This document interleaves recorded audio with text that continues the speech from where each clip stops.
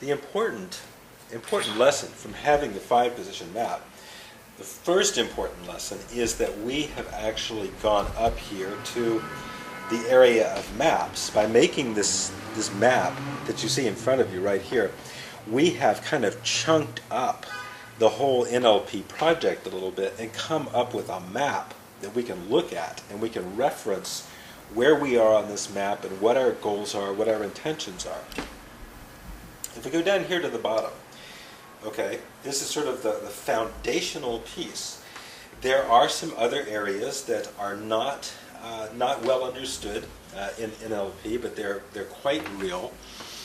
One of these involves the 7th sense. That is, when you say the vestibular system here, which is also down here, they're really, these two sensory modalities are pre-conscious in many ways, sensory modalities. Therefore, they act on us very, very powerfully, but they're not very clearly represented, say by pictures or images or something we can easily get a grasp on.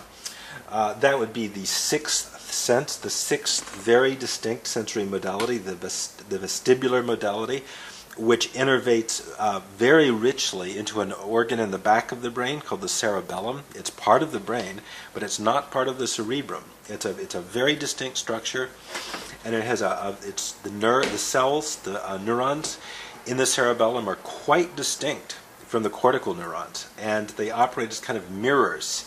They do very opposite sorts of things as cortical neurons.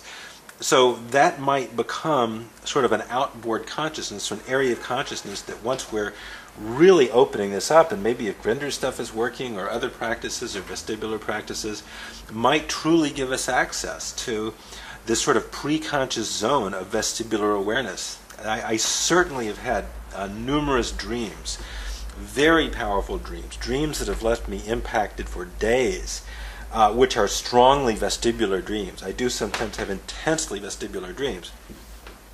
The other sensory modality that never is discussed in NLP, of course, is the 7th distinct sensory modality. This is the area of what are called pheromones, and pheromones, I think, are established beyond any debate. I think we know they exist. We know they have powerful effects on thought. They have powerful effects on attitude and social activity, social formation, things like that. Casinos, I understand. I have contacts in the industry that actually does this kind of work.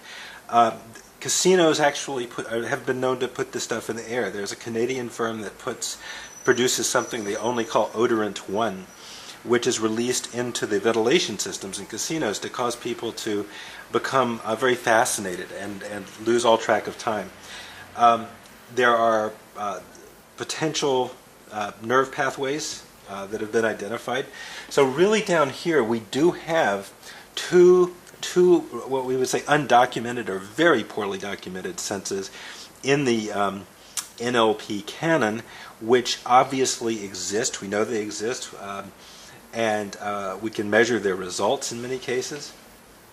And so to say this is pre-conscious doesn't mean it's ineffective or marginal. It can be quite central, as a matter of fact, to how people behave and how they interact and how their thinking works.